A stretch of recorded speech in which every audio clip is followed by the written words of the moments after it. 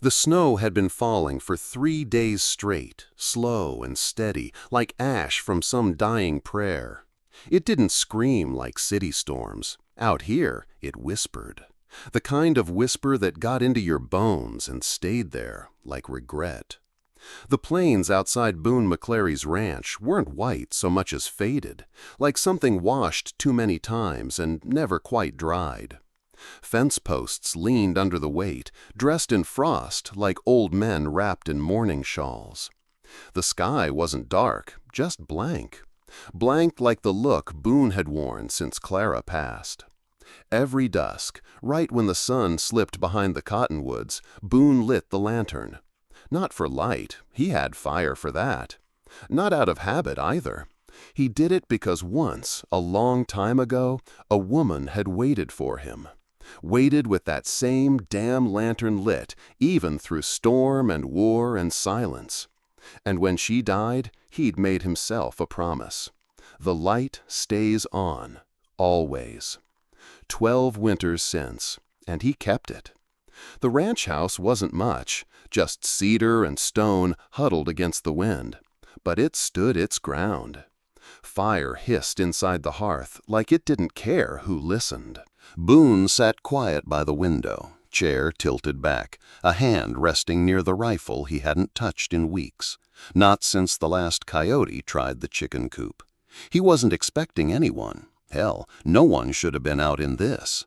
The roads were gone, trails swallowed, even the damn crows had flown south. Still, he lit the lantern. Outside, the wind carved at the porch rails like a man sharpening a blade. Boone watched the shadows stretch thin against the glass, waiting on nothing, but not quite at peace with it either. And then something moved. Far off at first, just 2 dots where dots shouldn't be. Maybe wolves, maybe something worse. He didn't stand, didn't reach for the rifle, just narrowed his eyes and leaned forward, heart ticking slower than usual. Something was coming. And for the first time in 12 winters, Boone felt the cold shift, like the land was holding its breath. Boone didn't blink. The figures grew clearer. Not wolves, human, small, barely upright. They moved like ghosts that hadn't yet decided whether they wanted saving. One was taller, wrapped in what looked like deer hide stitched from scraps and desperation. The other clung to her side, limping hard. Just skin and bones and frostbite. No shoes, no gloves, no sense to be out here, unless the alternative was worse. They stopped where the snow met the trampled yard, just beyond the glow of the lantern. Boone stayed still, the window sweat-fogged around the edges. His breath held, like the house itself didn't want to make a sound. The taller one looked up. Her lip was split and crusted with blood. Her eyes, dark and clear as creekstone, didn't plead. They measured, assessed, like someone who'd seen kindness turn sharp before. The kid, just a girl, maybe 10, barely kept her balance. Her knees buckled once, and the older caught her with a practiced ease that spoke of too many nights like this. Still, they didn't wave, didn't call out, just stood there, waiting to be judged. Boone didn't move to the door. He didn't shout. He just watched. And the wind howled around them, curling under the eaves like it wanted in. Minutes passed, maybe 5, maybe 50. Boone could feel the ache crawl into his fingers. He shifted, stood up slow, stepped out onto the porch. They didn't flinch. That impressed him. He didn't say a word, just nodded, slow, like the way you nod at a wounded animal that ain't ready to bite. Then he turned, trudged through the snow toward the barn, opened the door, left it wide. Didn't look back until they passed him. They moved like people who didn't trust open doors, even when they needed them. Boone waited, watched the horizon, just in case a third shadow followed. A man, a rider, someone who'd done the trading, someone who'd come to collect.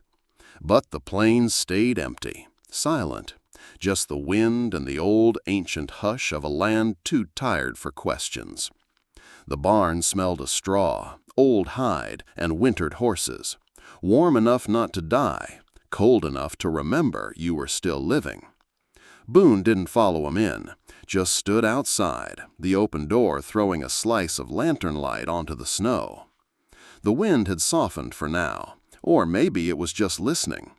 He waited there a while, watching the dark like it owed him something, listening for hooves, gunshots, a third voice calling out into the storm. But nothing came, not even the crows. Inside, he heard the muffled shift of bodies settling near the mare.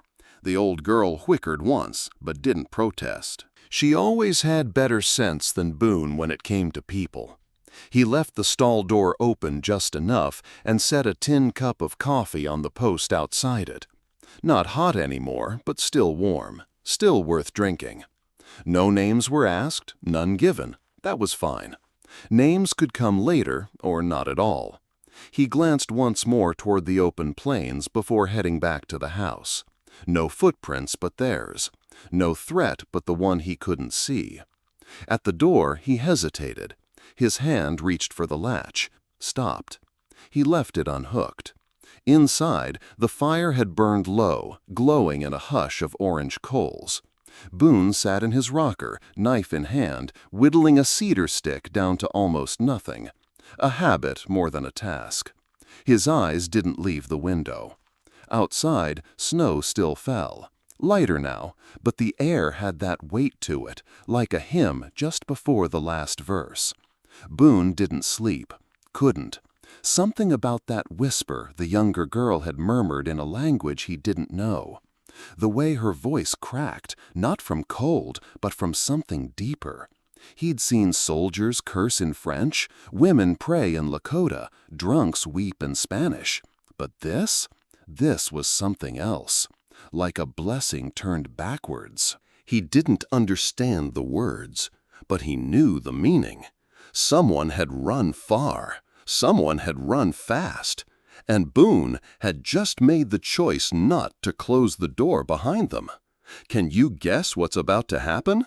Leave your prediction in the comments. The next morning, Boone found the girls still huddled in the barn, tucked beside the old mare like they'd been there 100 nights before. He didn't speak, just poured warm water into the tin basin and left it near the stall. A moment later, he dropped 2 slices of pan-fried cornbread on a plate and set it beside the water. Chenoa looked up. Her eyes didn't thank him, but they didn't refuse him either. Back in the house, Boone stoked the fire and laid out 3 tin bowls. He paused at the third, hesitated, then left it. If they came in, they came in. By mid-morning, the wind died down and the snow softened into a hush. The world looked less like a battlefield, more like a memory. That was the moment Boone heard the creak of the porch. A quiet footstep. Then 2 more. He didn't turn. They came in without a word. The heat hit them hard. Both girls stood near the door, blinking as if unsure this wasn't another trick of the cold. Tessa was wrapped in a patched hide coat Boone didn't recognize. Chenoa held her upright. He motioned to the fire. Just that, a flick of the hand. They moved toward it like animals moving toward shelter, slow and wary. Tessa coughed, a raw, dry sound. Chenoa rubbed her back. Boone didn't ask where they were from, didn't ask what they were running from. It wasn't time for that. Instead, he fetched a jar of willow bark tea from the cupboard, the one Clara used to keep for winter sickness, and set a mug of the brew beside the hearth. The older girl didn't touch it at first, but when Boone stepped outside to bring in firewood, she poured half into a cloth and pressed it against Tessa's chest. No one said anything. At supper, Boone sliced bread in thirds, left it on the table. The girls ate slow, careful, like they weren't sure if the food was safe, or if they were. Chenoa sat with her back against the far wall, eyes never far from Boone's hand. He didn't blame her. That night, Boone lit the lantern again. From the porch, he saw their shadows move behind the frost-blurred window. For 12 winters, the light had burned for someone who was gone. Now it flickered for someone not yet ready to stay. The days turned slow, the kind of slow only winter could teach. Each hour felt like it stretched a little longer just to see if anyone noticed. Boone noticed. Mornings started with the same ritual. He'd stoke the fire, boil coffee that tasted like burnt oak, and split logs until his breath clouded thick as smoke. By the time he came back inside, the two girls would already be up, silent, awake, present. Tessa rarely moved far from the fire. Her limp was clearer now, like something old and mended wrong. Chenoa always kept close, eyes watching everything. Boone's boots by the door, the rifle on the mantel, the angle of his hands when he poured water. Boone didn't talk much, but he noticed things too. One afternoon he caught sight of the curtain in the main room, the one that had been torn for years, its edges frayed and flapping with every wind's moan. It had been stitched, not with twine or rope, but with a woman's hand, tight stitches, even, careful.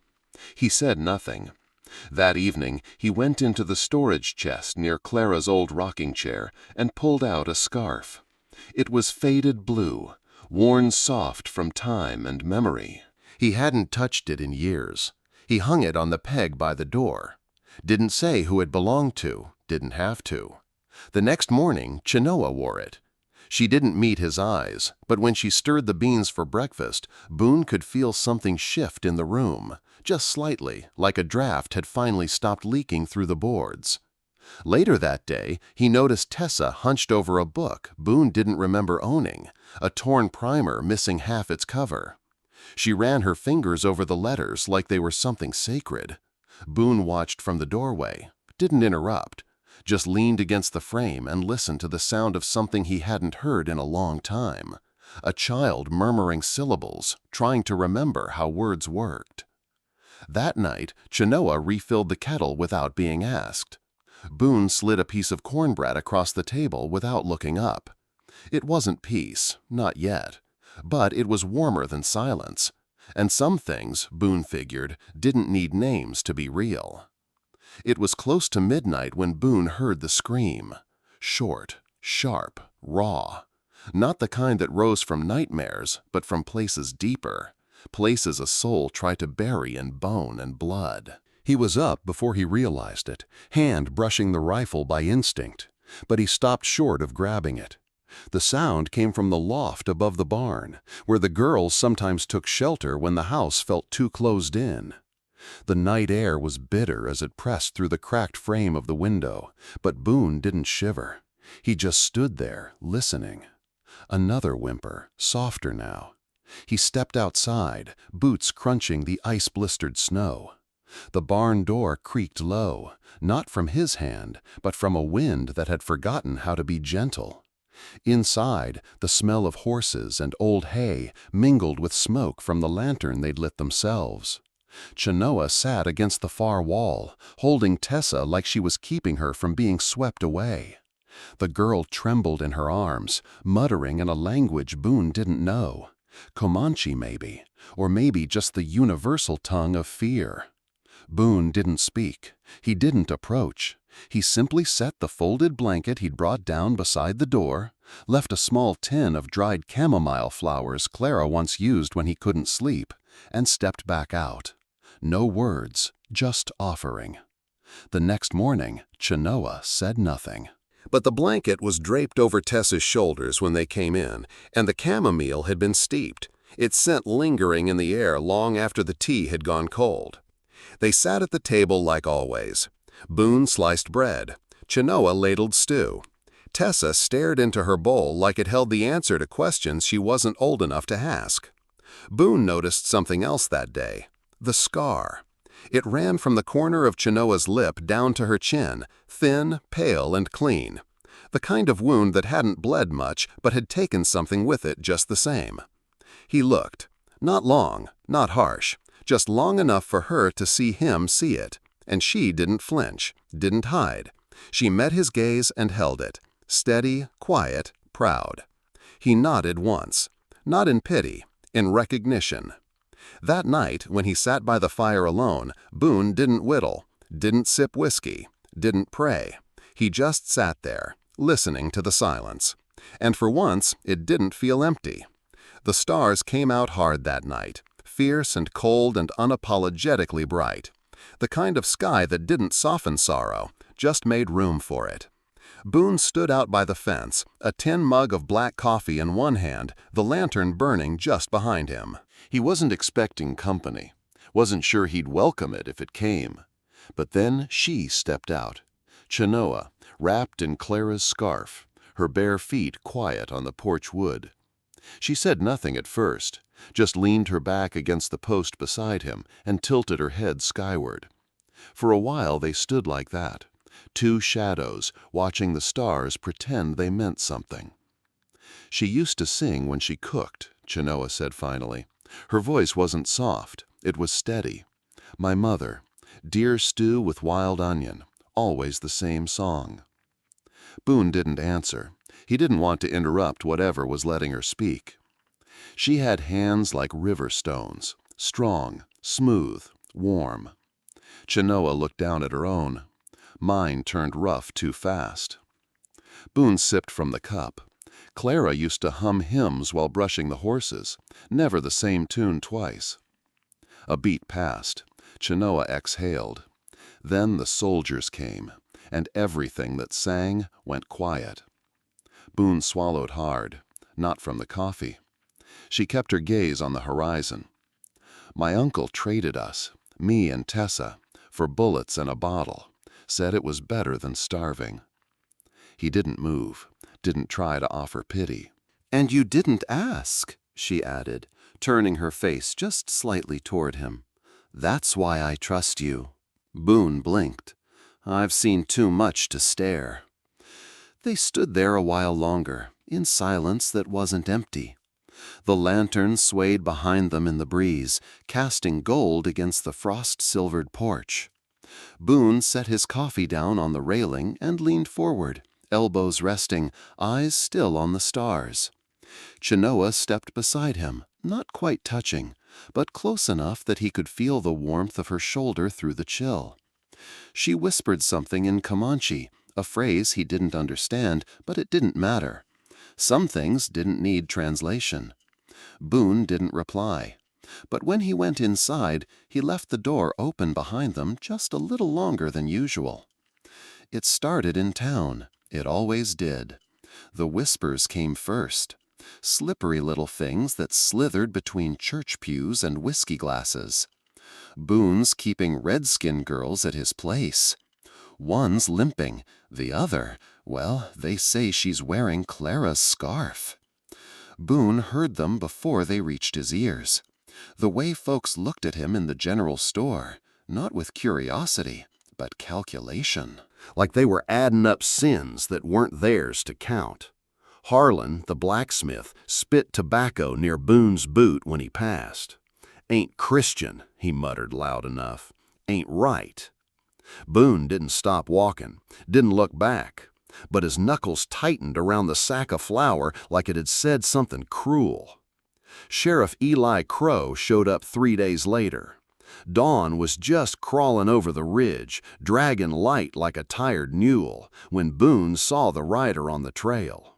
Tall in the saddle, gray coat, hat pulled low. Chenoa stood on the porch, still as the wood beneath her feet. Boone met the sheriff at the gate. "They're saying things," Eli said, dismounting slow. "You keeping Comanche girls out here?" "They're not prisoners," Boone answered. "They're guests." "You claiming her?" Eli asked, nodding toward the house. Boone hesitated. Not out of doubt, out of calculation.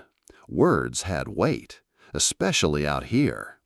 "I ain't sending her out into that." "That's not what I asked." Boone's jaw clenched. "She's mine." The sheriff studied him for a long moment, then nodded. "Then make it official, before Harlan gets clever." With that, he turned and rode off, kicking up snow behind him. That night, Boone didn't eat. He sat by the fire, knife untouched, woodpile growing untouched beside him. The world had found its way to his doorstep, boots muddy with judgment. Inside, Chenoa hung fresh herbs above the sink. Tessa read aloud from the primer, her voice slow but steady. They didn't ask what the sheriff wanted. Boone didn't tell them. But the next morning he went out to check the perimeter.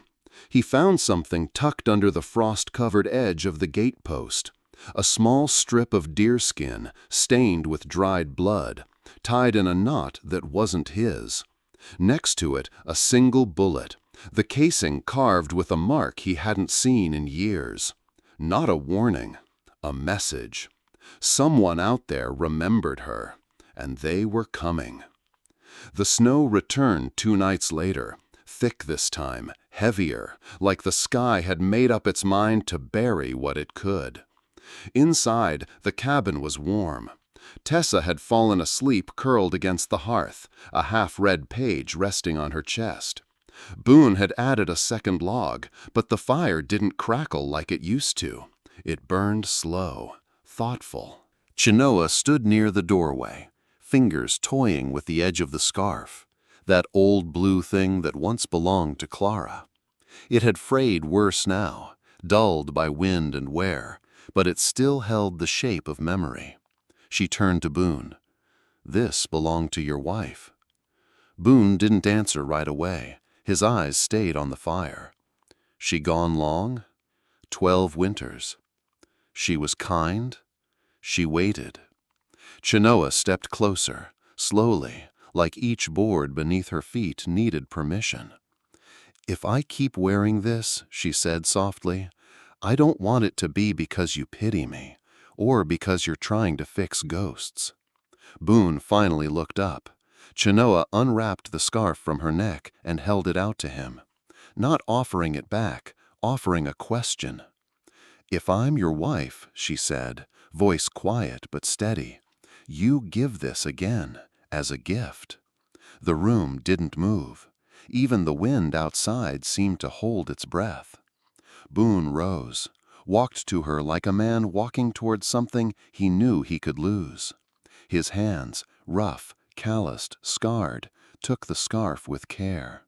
He didn't speak, didn't promise, but when he tied it back around her neck, his fingers trembled. Not from fear, from reverence. They didn't kiss. They didn't cry. She didn't say thank you.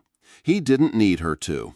Some vows were spoken in silence, carved not into wood, but into breath and bone and what was left after the storm. Boone turned back to the fire, the room warmer now without another log. Behind him, Chenoa stood still for a moment, then walked to the window and pulled the curtain shut, not to block the world out, but to keep the peace in. And somewhere outside, in the snow-covered dark, a lone coyote howled once and then was quiet. Tessa was the first to see it. She was helping Chenoa hang wet linens when she froze mid-step, eyes locked on the ridge past the tree line. Her voice, small but sharp, carried into the cabin like a crack in old wood. "Boone, there's smoke." Boone stepped out, wiping his hands on his trousers. One glance was enough. It wasn't from their chimney. Wrong color, wrong rhythm. It curled upward like a question, a signal, or a memory not meant to be remembered. Boone didn't say a word. He simply turned and walked back inside, pulled the rifle from above the mantel, checked the chamber, then sharpened his knife in silence while Chenoa packed dried meat into a small canvas roll. Neither of them looked at each other, but both knew the steps of this old dance. Tessa stood near the hearth, clutching the scarf Boone had once given to Chenoa. She didn't speak. She didn't cry. When Boone went to check the perimeter again, he found something new. On the front gate, just beneath the frost line, was a single red feather, tied to a strip of deerskin with a bone clasp. Boone hadn't seen that symbol since the war, and not on this land. He untied it gently, brought it inside, laid it on the table like a forgotten scripture. Chenoa stared at it. Her face stayed still, but something behind her eyes flickered, not fear, something deeper, older. "It's a message," she said. "They know where we are." "Who?" Boone asked, though he already knew the shape of the answer. "My mother's kin," she replied, "or those who think they still own what was traded." Boone said nothing. That night, the wind picked up again, not violent, but insistent, like it was carrying a name. As Chenoa tucked Tessa into bed, she paused, then slipped something small beneath the girl's pillow. An old Comanche amulet, carved from cedar, bound in sinew. Boone caught the gesture from the hallway. She didn't try to explain. He didn't ask. Instead, he stepped outside with the lantern and lit it earlier than usual, hung it high, let it burn against the dark like a warning or an invitation. The ridge stayed quiet, but Boone knew what was coming, and this time he wouldn't be waiting alone. How are you feeling witnessing this scene? Let us know your emotions in the comments below. They came at dusk, like all bad omens. 3 riders cut across the ridge just as the last light dipped below the mountains, their silhouettes long and broken by the setting sun. Snow hadn't fallen in a day, but the air was colder than any Boone remembered in recent winters. Still, the ridge held a strange hush, like even the crows knew better than to speak. Boone was splitting kindling behind the barn when he saw them, standing straight before they even made it to the front gate. He didn't call for Chenoa. He didn't need to. The moment he dropped the axe, she stepped out onto the porch, rifle cradled but lowered, Tessa already hidden behind the doorframe. The lead rider rode a tall roan, eyes shaded beneath a weather-bitten hat, but the scar across his left brow gave him away. "Hollis," Boone muttered under breath, voice dry as winter bark. Hollis dismounted slow, like he had all the time in the world. A bounty poster stuck out of his coat pocket, crinkled, creased, and dirty. "Evening, Boone," he said, real casual. "We've come for the girls." Boone didn't flinch. "You ain't taking nobody. They're wanted. One's a runner. Others, well, you know the rules. Ain't lawful for Injuns to hide out here, especially ones who've been claimed in trade." Boone stepped down from the stoop. Didn't touch his gun, didn't need to. His presence alone felt like a wall. "You'll have to walk through me, son." Hollis clicked his tongue. "Boone, this don't gotta be like that." But the third rider, a younger man, scar across his cheek, finger twitching near his holster, spoke up. "Didn't figure you'd fall for a scalp, McLeary. Back in the war, you knew better." Boone's eyes narrowed. "Back in the war, I thought you had a spine." Silence dropped. Even the horses shifted uneasily. Then came the sound of hooves behind them. Sheriff Eli Crow. He rode in slow, reins loose, face unreadable. When he stopped beside Boone, he didn't look at the men. "You boys planning to cross this gate?" Hollis spat into the snow. "You know why we're here." "I do," Eli replied, "and I'm telling you now, ain't nobody getting taken off this land lest they got wings." The younger rider cursed under his breath. Hollis raised a hand, signaling to back off, for now.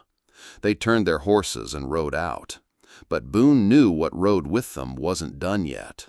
The wind cut through the stillness after the riders left, but Boone didn't move. He stood with his boots buried deep in the hard snow, eyes on the ridge until every hoofbeat faded like a bad dream. Sheriff Eli Crow sat motionless in the saddle beside him, one hand loose on the reins, the other hovering near the worn pistol at his hip. Inside the cabin, Chenoa hadn't gone back in.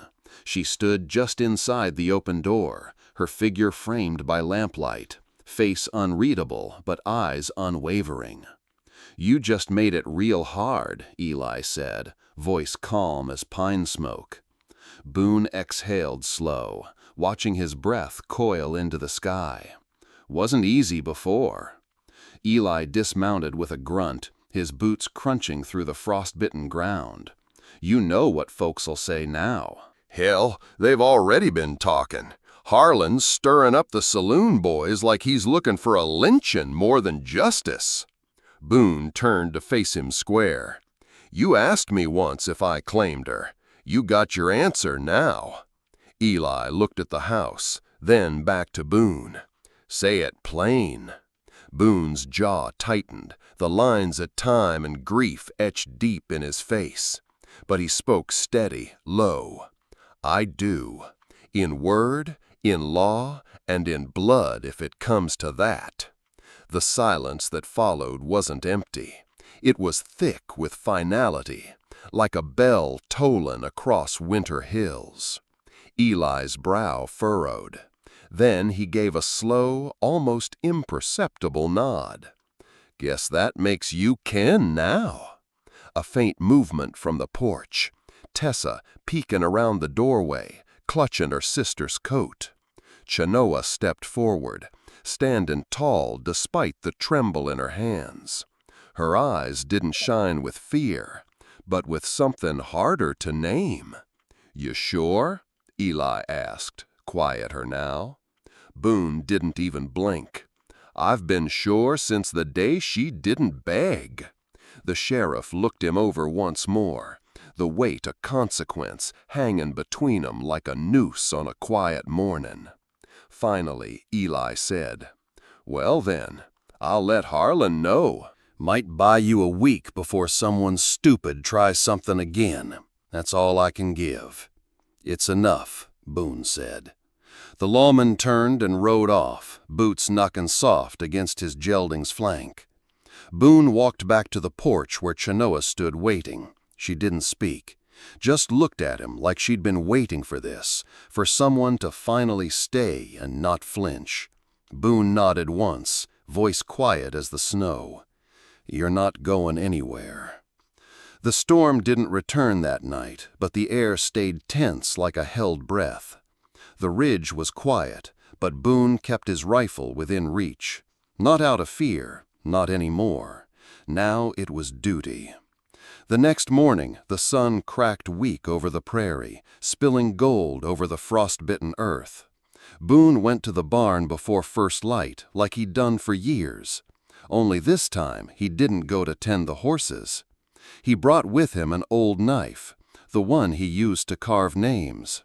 It had carved Clara's name 12 winters ago, right into the beam beside the north stall, where the light from the window always hit come spring. Today, he stood before that same beam again, breath fogging in the morning chill. He hesitated for only a second, then pressed the blade to wood. C-H-E-N-O-A. Each letter dug deep, sharp, permanent. He didn't rush. When it was done, he set the blade down and placed his hand over both names. Clara, Chenoa. Not replacing, not forgetting, just allowing space for more. Back at the cabin, Tessa was already awake, sketching with a stub of charcoal on a scrap of feed sack. She didn't say much, but when Boone stepped inside, she smiled and held it up. 3 figures beneath a sloping roof, stick-armed and smudged, but unmistakable. 1 tall, 2 smaller. A dog by their feet, a sun in the corner. Boone took the drawing and placed it on the mantel, beside the only surviving photo of Clara, like it belonged there, like they all did. Later that day, Boone found Chenoa standing near the fireplace, fingers tracing the scarf he'd once given her, the same scarf she'd untied and handed back during the vow neither of them had named. She wasn't crying, but something about her shoulders said she could have, if she allowed herself.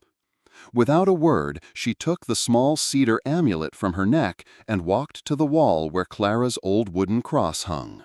She looped the string around one of the branches, letting the amulet hang beside the symbol of Boone's old faith. 2 beliefs, 2 women, 1 home. When night fell, Boone lit the lantern as he always did. But this time, he didn't do it for the dead or the missing. He did it for those who stayed, for those who were finally found. The bounty hunters never came back. Maybe they got turned around in the storm, or maybe they felt something when their boots hit Boone McLeary's ridge. Something like a warning, older than any posted sign. Out here, silence had its own kind of law. Boone didn't talk about it, didn't boast or breathe easy. But every morning after, he'd check the horizon with steady eyes, then go on mending fence posts or brushing the mare like nothing ever happened. Chenoa didn't ask questions either. But one morning, when the snow had thinned and the earth began to smell like something waking, she walked to the stove with something in her hand, a length of worn, knotted hide string, the same kind that once tied her wrists. She fed it to the fire without a word, watched it twist, hiss, and vanish in a curl of smoke. Boone saw it from the porch and said nothing. But he stood a little straighter after that. That afternoon, Tessa wandered to the cottonwood grove behind the barn, slow-footed but sure. In her pocket, she carried a Comanche amulet, the one tucked under her pillow like a secret since the day they arrived. She knelt in the dirt and dug a hole with her bare hands, fingers cold but determined. Boone watched from a distance, hat over his heart. She didn't cry, didn't speak. She placed the amulet into the earth, like something sacred, like something she no longer needed to carry. Then she covered it gently, patted the dirt flat, and stood. A farewell without a funeral. When she returned to the house, Chenoa took her hand, and that was that. No prayers, no explanations. Later that night, Boone took down the rifle from above the hearth. Not to clean it, not to load it, just to set it aside in the cabinet and lock the drawer. Not because the danger was gone, but because the fear no longer owned them.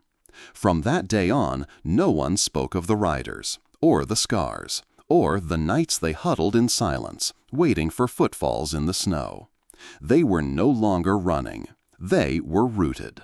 And even though the lantern still burned by the window, it wasn't a warning flame anymore. It was a light for the living. Spring arrived slow and stubborn, like an old man shaking off sleep. The last snow melted into the thirsty ground, and the wind carried the scent of something green, something trying. Boone noticed it first in the silence. Not the kind that pressed down heavy like grief. This was a lighter quiet, one that moved with the sun, one that let him breathe. Chenoa started a garden behind the barn. Not much, just rows of onions, beans, and a patch of wild mint. She worked with sleeves rolled, hands in the soil, humming a tune Boone didn't know but found himself waiting for. It was the same song she once mentioned, her mother's stew song.